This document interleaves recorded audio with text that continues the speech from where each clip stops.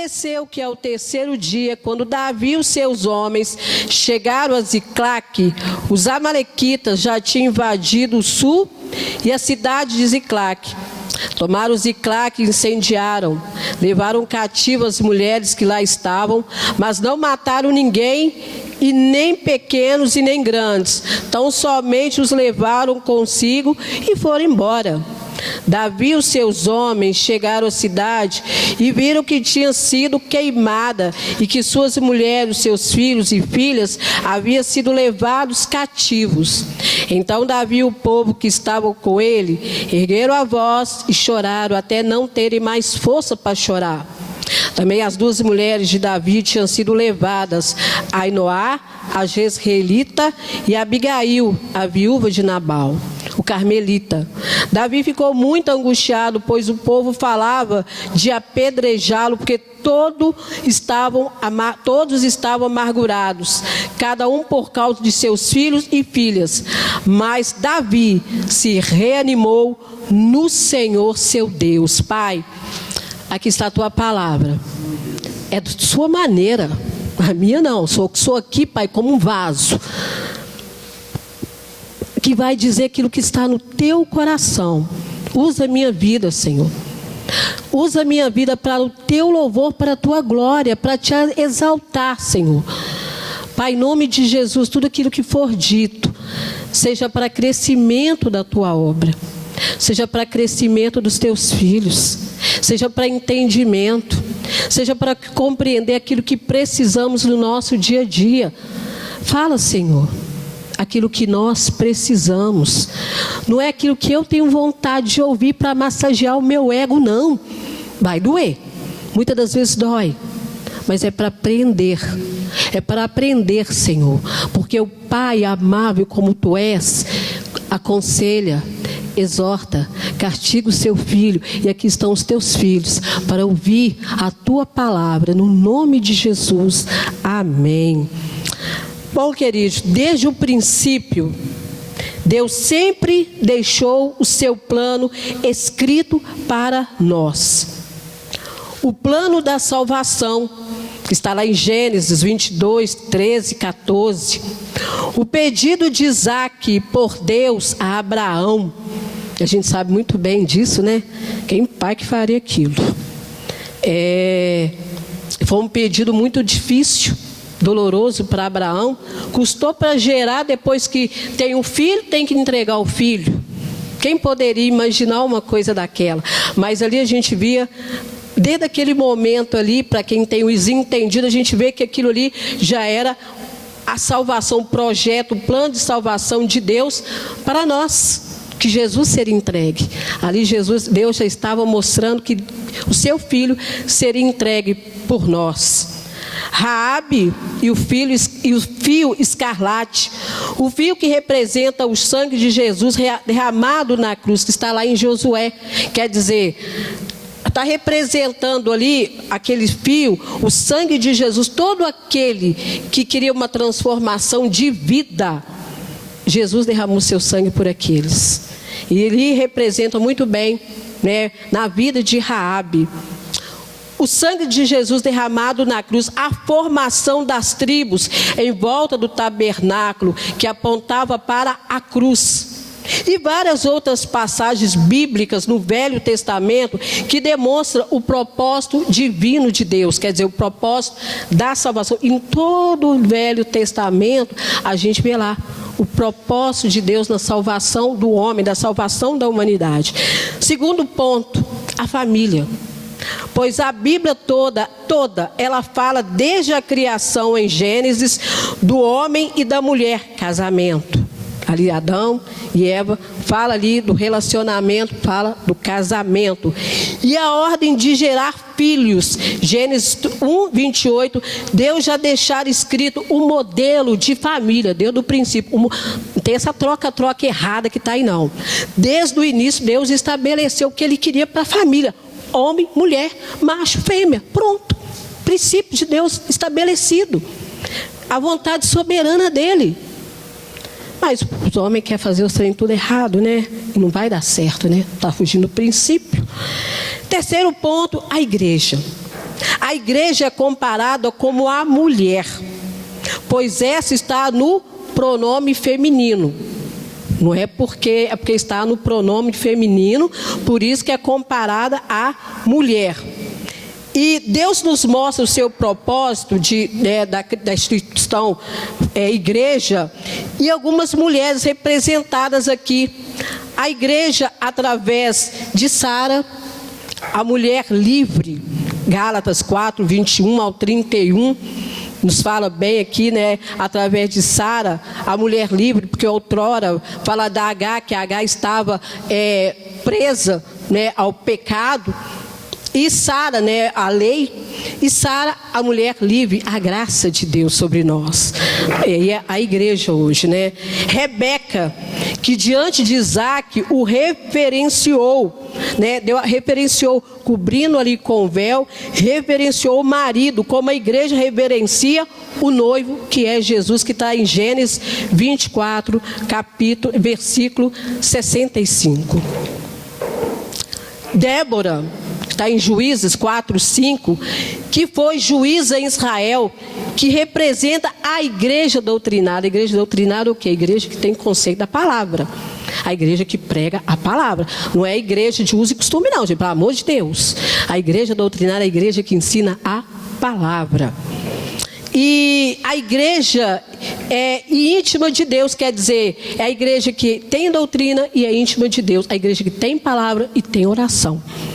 Débora era por isso, aliás, e Baraque sabia quem era Débora. Quem foi Baraque? Baraque foi um rei de Israel naquela época, e ele só foi para a guerra porque Débora foi. Ele falou: se a Débora não foi, eu não vou não. E é interessante que muitos falam assim que Baraque foi covarde, Baraque foi medroso, Baraque só ia para a guerra se Débora fosse. Se Débora não for, eu não vou. Na cabeça de muitos, né, se a gente observar, realmente a gente podia pensar, ele foi covarde. Agora, vamos pensar aqui nessa noite, o pastor Edgar, se chegar aqui, o negócio tem esse propósito aí do agasalho, sozinho ele vai realizar alguma coisa, gente? Sozinho ele vai fazer alguma coisa? Não. Só vai fazer com a igreja. Baraque foi bobo? Não. Débora, ela tinha relacionamento com Deus e era uma mulher de oração. Falou: eu não vou para a guerra, eu só vou se você for, minha filha. Quer dizer, é o mesmo como o pastor chegar aqui: eu vou fazer qualquer coisa, eu vou fazer a obra do Senhor aqui no Ribeiro de Abreu, se a igreja for comigo. Sozinho eu não vou não. E Débora que representa a igreja. Qual obreiro que vai fazer a obra sozinho, gente? Não tem condição não, se a igreja não for junto. Não tem como. Então eu vejo muito isso através aqui da vida de Débora. Ali junto, vejo que a igreja, né, junto ali com ele. Esther, também Esther. Veja que como a igreja, Deus representa Esther como igreja.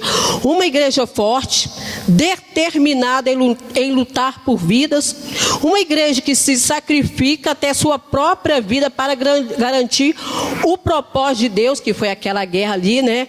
Que foi o povo que se reuniu em jejum e oração com Esther para vencer o perverso Ramã, que era o diabo, que queria destruir o projeto de Deus, que através do povo de Israel viria o Salvador do mundo, e eles foram perseguidos aquele período todo, e era a intenção do diabo destruir o povo de Deus devido àquela circunstância, e o povo se reuniu ali, Esther, em jejum e oração, lembrando que há orações, há busca, que a igreja tem que estar junto. Tem que estar junto, porque tem guerras em oração, não vai sozinho não.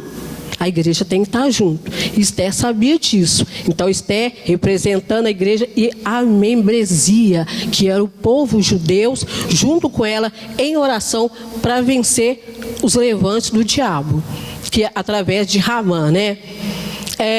Uma igreja que se une em comunhão para vencer o inimigo, que está em Esther capítulo 4, versículo 15 e 16.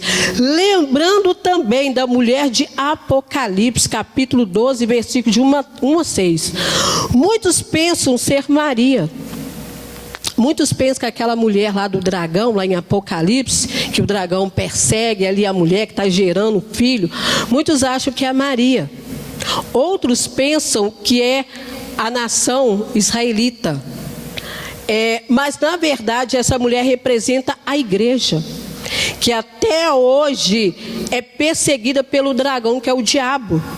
Pois somente a igreja pode falar com propriedade acerca de Deus. Somente ela tem a revelação de Deus na humanidade. Só a igreja tem essa autoridade para falar de Deus através do Espírito Santo acerca de quem Deus é.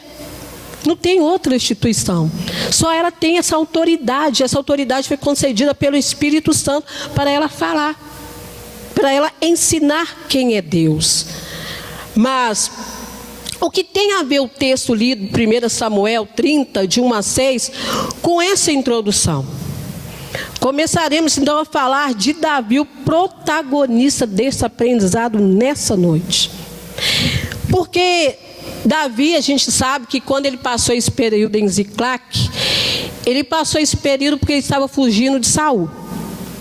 Ele passou um período que o único lugar que Davi tinha para esconder naquela época foi justamente lá na terra dos inimigos, que foi da terra dos filisteus. O único lugar que ele fugiu, ele escondeu tudo quanto é lugar em Israel naquela época. Tudo quanto é um cantinho em Israel que ele podia, seja lá na caverna, seja no deserto. Saul descobria, Saul ia atrás. Eu acho que os 4 cantos ali de Israel, Davi foi. E Saul atrás. Mas chegou um certo momento que ele falou, agora não tem mais jeito. Ele foi pedir abrigo aonde? Lá na terra dos inimigos, na terra dos filisteus. Mas ele fez, obrigada, irmã. Mas ele fez, mas ele não chegou ali como se diz, pedindo para o rei. Claro que ele fez uma combinado. Eu fico aqui, mas eu guerreio as suas guerras.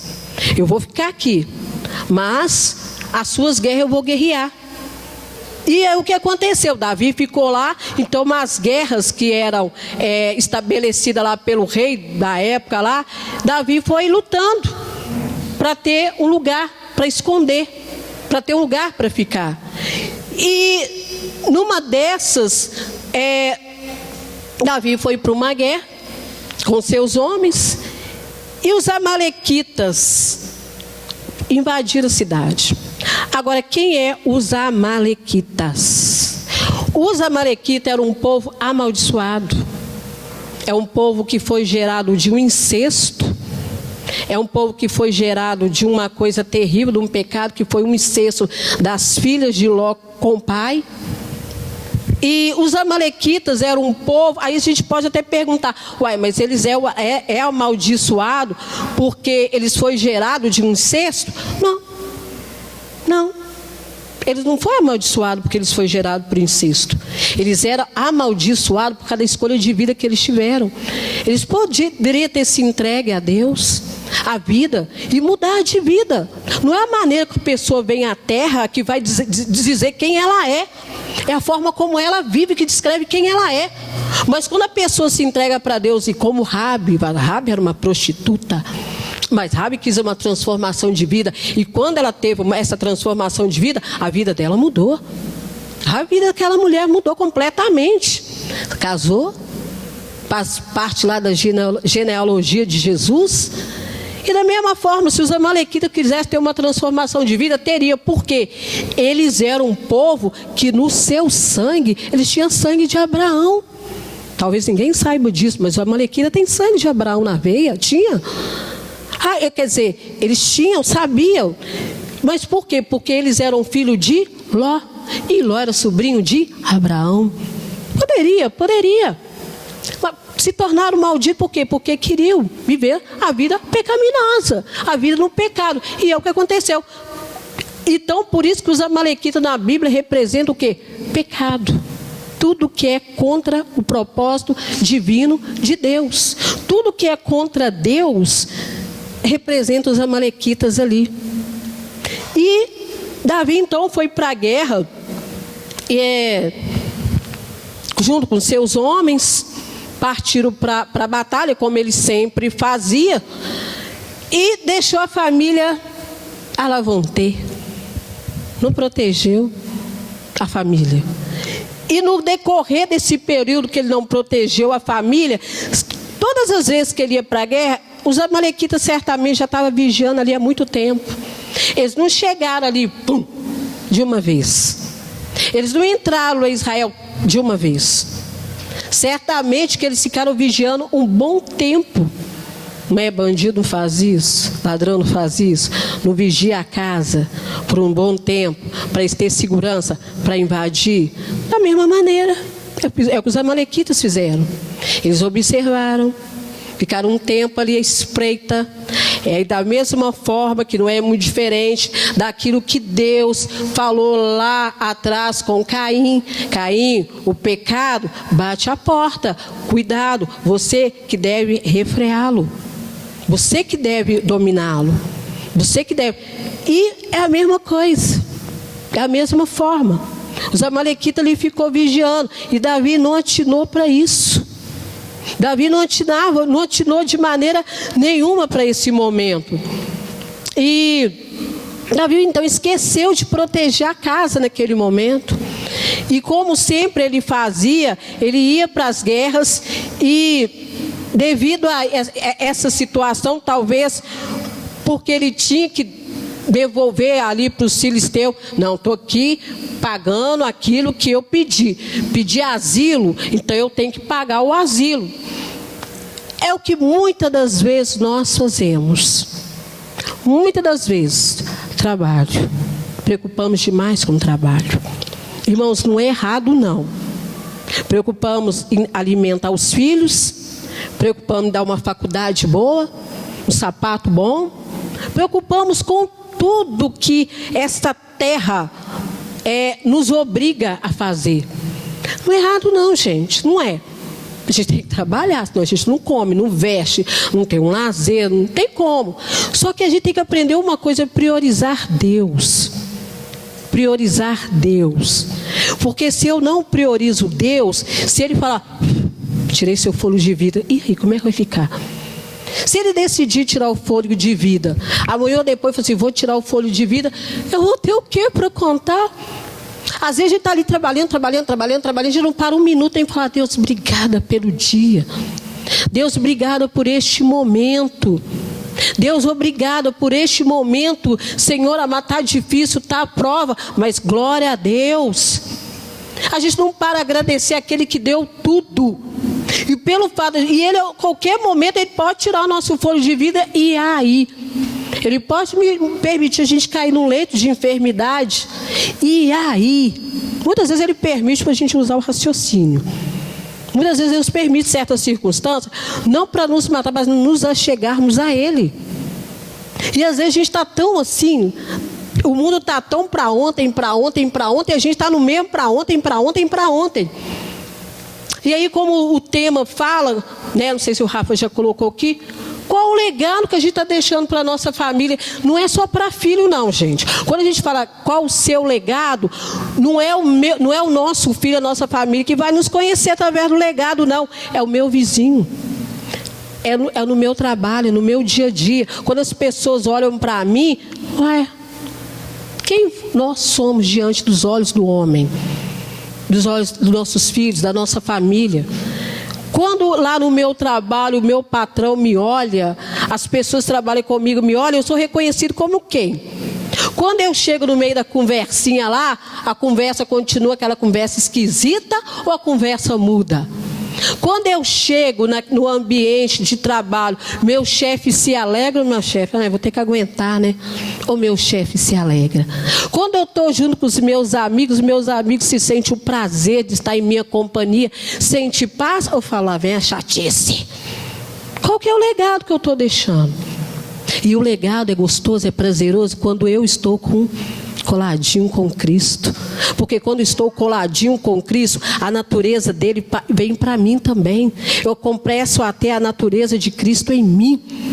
E essa natureza me transforma, me muda cada dia e se torna prazeroso.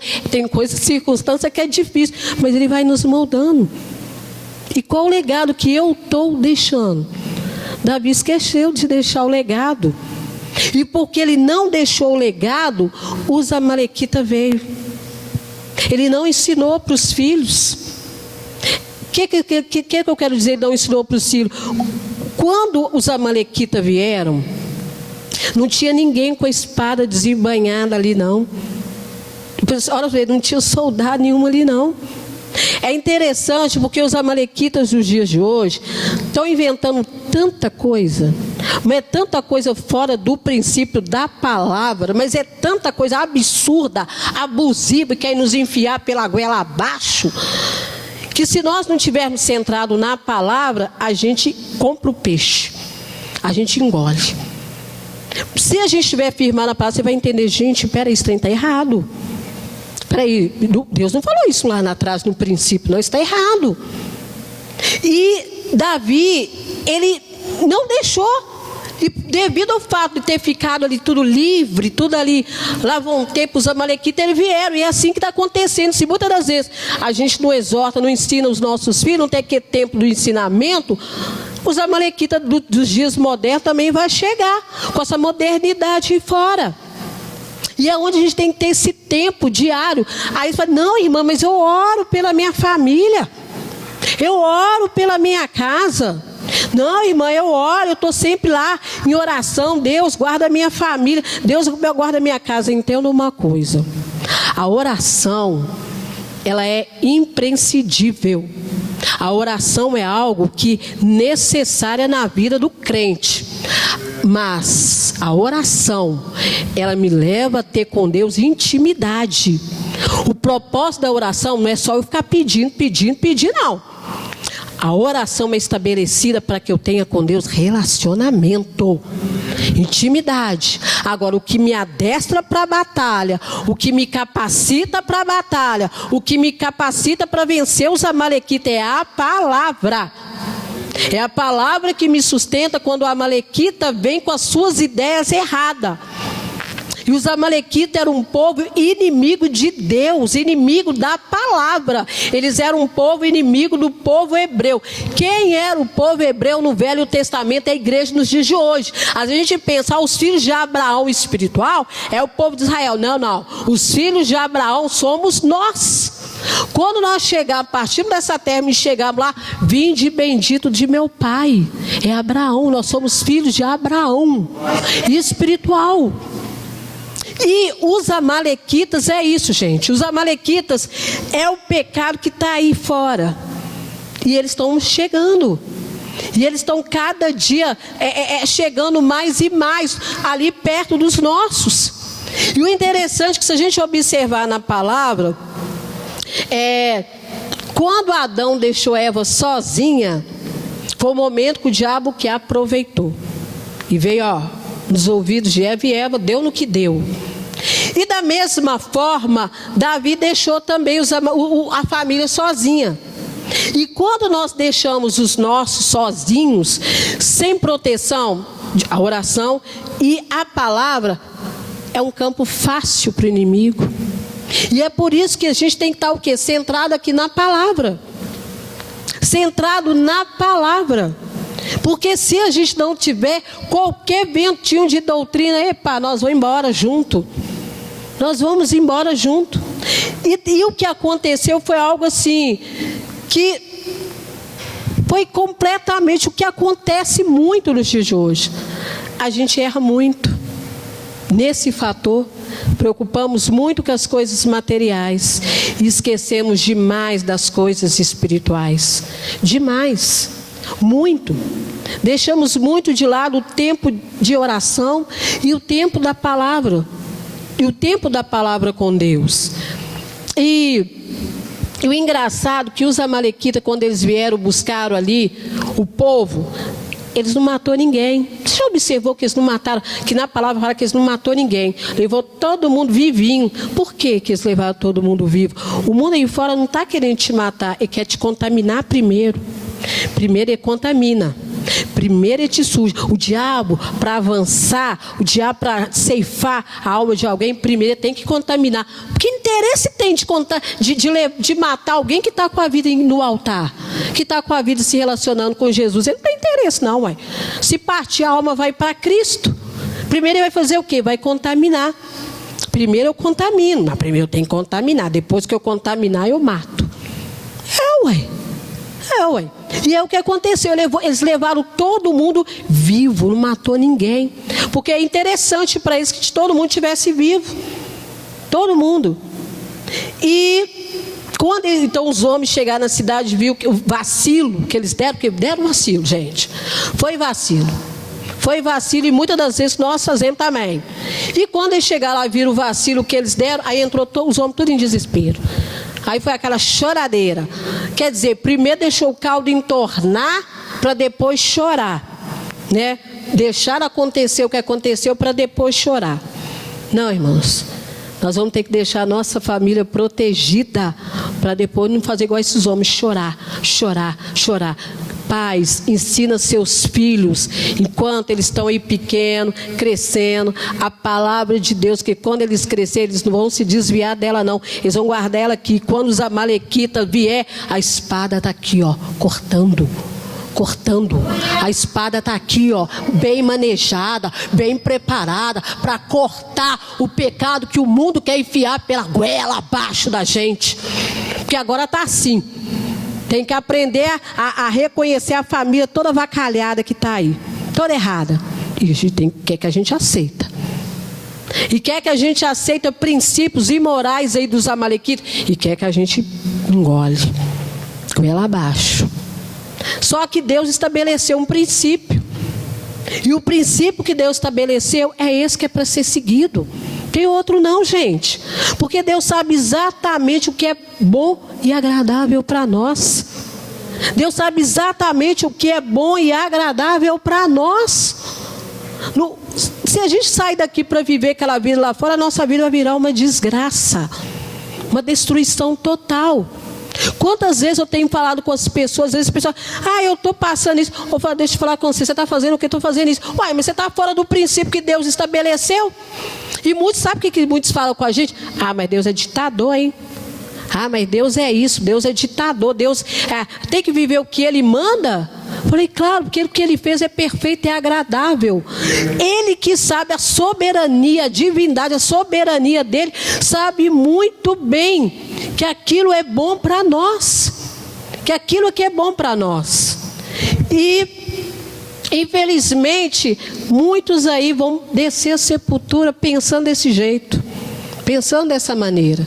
O ruim é quando chega do outro lado, né?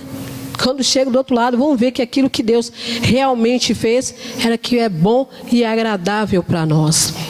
Então os homens chegou lá na cidade apavorado, desesperado, né? Devido às circunstâncias do que aconteceu.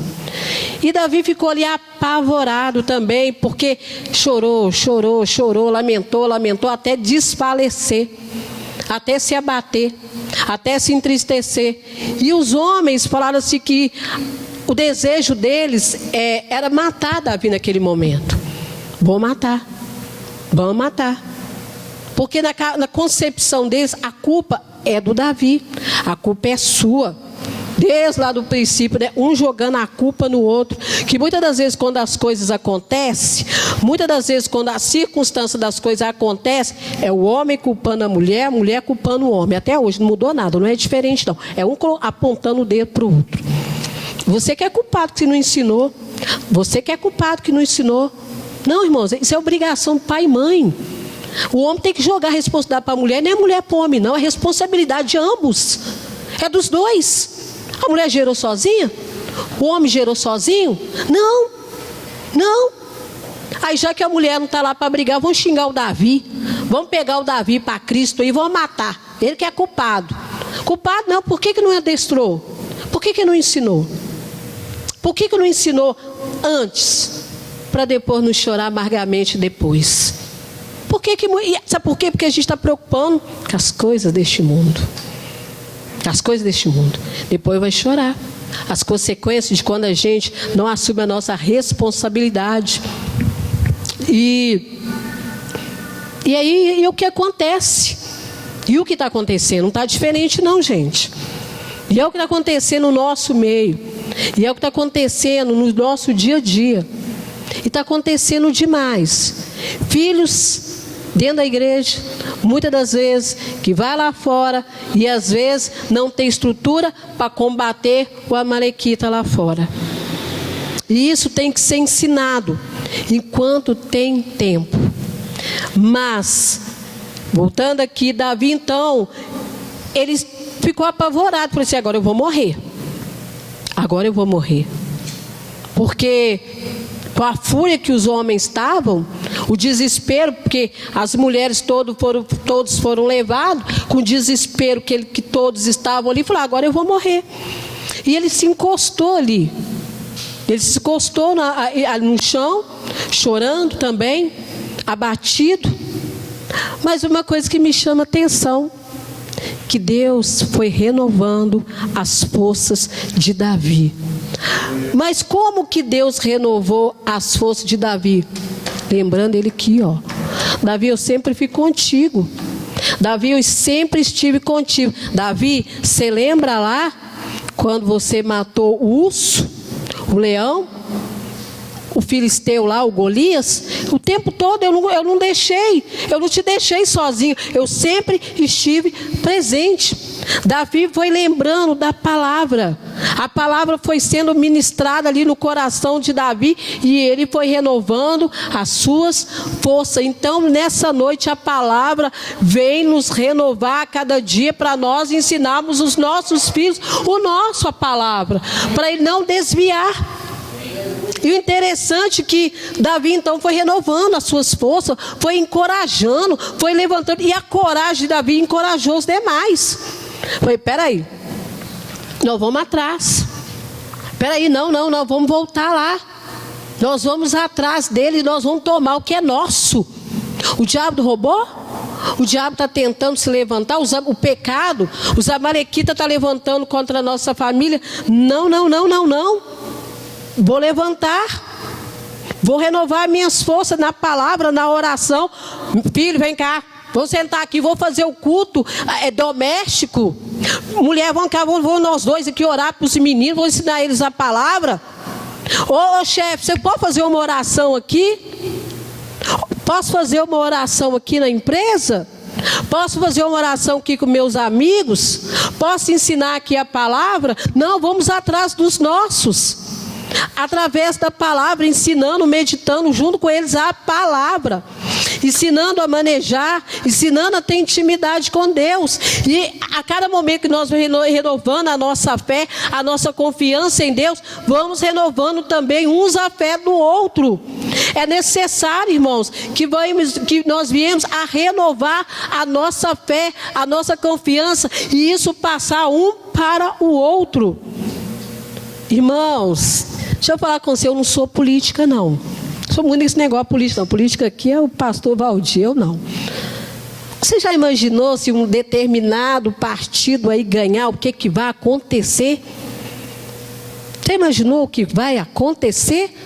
Eu já tenho ministrado, falei: se prepara, que se esse partido aí ganhar, se prepara, que aí que os amalequitas vai... Então, gente, começa agora. Jesus não falou que os negócios vão ficar bons nessa terra, não. Que vai melhorar, não.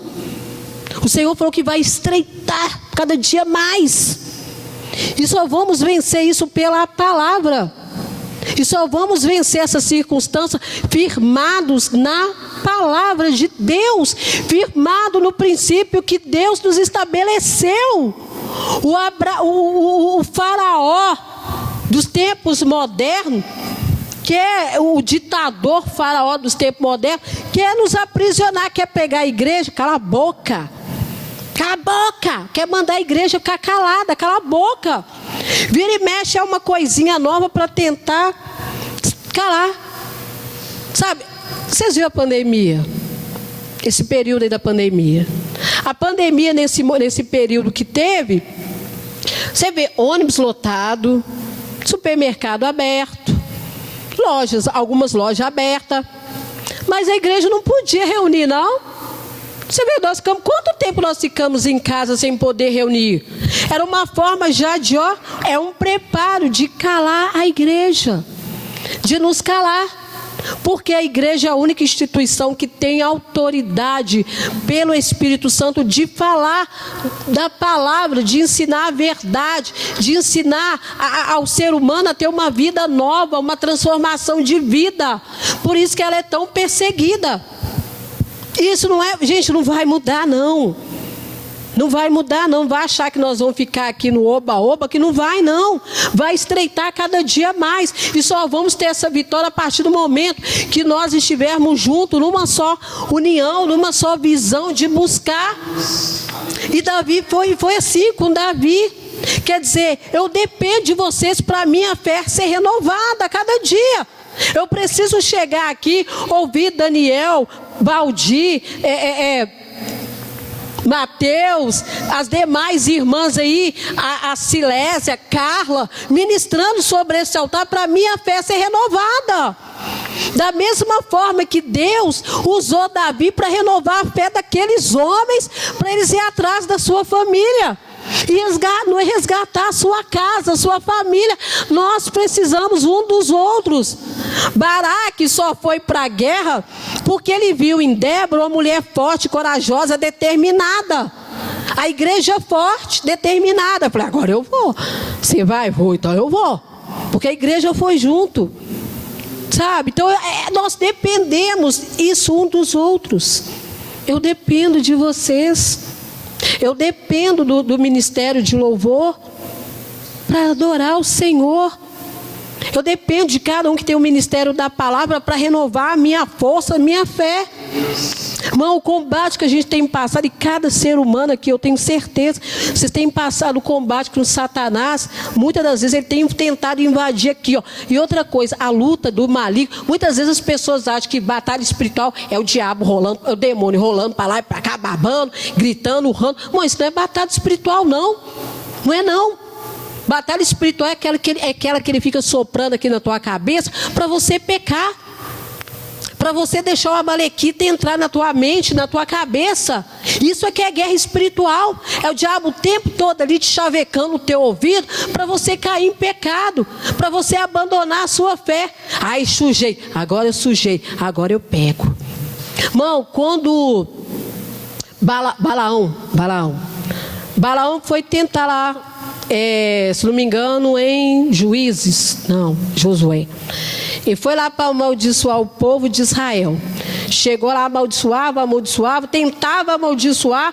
Deus mudava, Deus falava, como que você vai amaldiçoar aquilo que eu já abençoei? Você pode amaldiçoar, eu já abençoei. E ele tentava amaldiçoar, mas não tinha como, porque Deus já tinha abençoado. Então, quando ele abria a boca para amaldiçoar, ele abençoava. E o outro lá, o rei lá, acho que é Balaque também, não me lembro. Ele falou, mas eu estou te mandando me amaldiçoar, você está amaldiçoando, você está abençoando, você estou te mandando amaldiçoar. Eu falei, como que eu vou amaldiçoar? Deus já abençoou esse povo, não tem outra forma, não tem outro jeito. Então, é da mesma forma que acontece. É da mesma forma que acontece conosco. Deus, Ele tem abençoado o seu povo, abençoado a tua igreja. Muitos têm tentado amaldiçoar. Mas se nós estamos firmados com Deus, como, gente?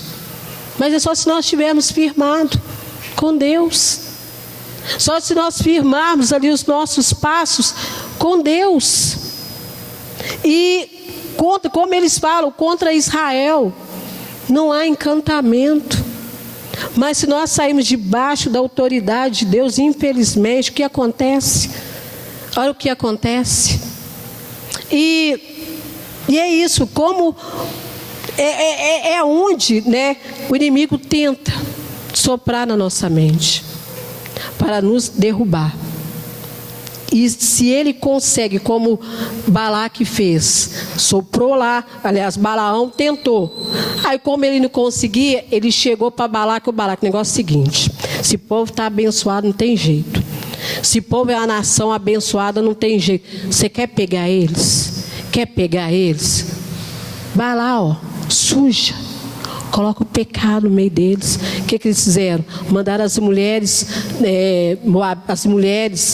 lá cananitas, lá no meio dos soldados que estavam lá guardando a cidade. E aí eles cometeram adultério com as mulheres, sujaram, né? Contaminaram o povo, e aí eles tiveram a liberdade. Balaão então pôde amaldiçoar, porque o próprio povo não vigiou e se amaldiçoou primeiro. E aí tiveram a liberdade. É isso que o diabo faz. E quando você está firme com Jesus, pode. Quando você está buscando, está em relacionamento com Deus, Ele pode. Mas a partir do momento que você sai debaixo da graça, acabou, meu filho. Ele te pega. Ele te pega. Então, que nessa noite, qual o legado que você está deixando para o seu filho, para a sua família? Qual o legado que você está deixando para o seu filho? Quando o seu filho te olha, o que ele vê? O que ele está vendo em você? Quando o seu filho te olha, ele fala: meu pai é o cara, a minha mãe é ó. Mas por quê? Porque eles me ensinam a palavra e eles me ensinam, eles vivem aquilo que eles me ensinam. A minha casa é um pedacinho do céu, porque a minha mãe e meu pai vivem um relacionamento de bênção. O meu pai e a minha mãe me ensinam o que é viver uma vida com Deus, o que é viver uma vida diária. Meu pai é falecido, já deve ter uns 2 anos, hoje deve ter uns 2 anos, 2 anos e meio, né? O meu pai, hoje eu estava falando com a minha mãe de legado. O meu pai tinha um jeitão dele meio bravo, mas o legado que eu guardo do meu pai é que ele tinha uma mania de todo mundo que chegasse na nossa casa tratar bem, tratar com carinho, tratar com atenção, tratar com amor. Era o jeitão dele. Tinha um jeito bravo aí, mas esse era o jeito dele. E a gente guardou muito isso dele, muito esse carinho, essa preocupação. Ô filho, você quer tomar um banho, você quer jantar, você quer almoçar, você quer beber um suco, você quer beber um café. Ele tinha uma preocupação de servir a pessoa. Qual que é o legado que eu estou deixando hoje? Qual que é o legado? Eu falo com a minha, qual que é o legado que eu estou deixando para minha filha e para os meus netos? Qual que é o legado? Então que nessa noite, pais, mães, não deixe os seus filhos sozinhos, não deixe os seus filhos desamparados, não. Adestra eles para a batalha. Os amalequitas estão chegando a cada dia pior. E eu temo muito essas eleições. Não sou de falar de política, não sou, nem gosto muito. Mas desde um tempo para cá esse negócio está me preocupando, gente. Eu fico ouvindo umas coisas aí que eu falei: misericórdia, Jesus, esse povo aí, o que vai ser desses meninos? Porque nós estamos indo. Um bocadinho aqui já subiu a certa a descer nela. Mas esse jovem que está ficando aí, sabe? Tem que colocar a espada na mão deles. Temos que ensinar eles a adestrar, a manejar bem a espada para vencer os amalequitas quando ele chegar. Isso é nós, temos que fazer esse papel. Temos que fazer esse papel. Então que nessa noite deixe esse legado para seus filhos, para sua esposa, homens para sua esposa, o legado de um bom marido, esposa, um legado de uma boa esposa, submissão não é ficar debaixo de jugo, não. Submissão é respeito, é amor. Submissão é andar lado a lado. O homem é o cabeça da mulher, mas a mulher é a cabeça da casa. Eu duvido que os maridos, se a mulher falar assim: esse tapete vai ficar aqui, o homem vai lá e tira para ver. Não tira não, deixa o tapete aí, eu coloquei aqui, quer dizer, do trabalho, você é o cabeça da família. Você é o cabeça da família, o sacerdócio lá é seu. Então a área espiritual da sua família você cuida. Mas a casa é a mulher, gente. A mulher é a cabeça da casa. Tem que deixar as coisas do jeito que ela quer. Vai ficar do jeito que ela pôs. Então é dessa forma. E assim, ó, trabalhar juntinho um com o outro. Junto, unido. Aqui, ó, unido um com o outro. Sabe? No dia a dia lá, no crescimento dos filhos, no bom andamento da casa. Sabe? É isso. É isso. Deixa esse legado para sua família, para seus filhos. No nome de Jesus, vamos colocar de pé. E quero agradecer a Deus por este momento, por este período. E que Deus venha abençoar cada um de nós nessa noite. No nome de Jesus. Pai, no nome do Senhor Jesus, quero te agradecer.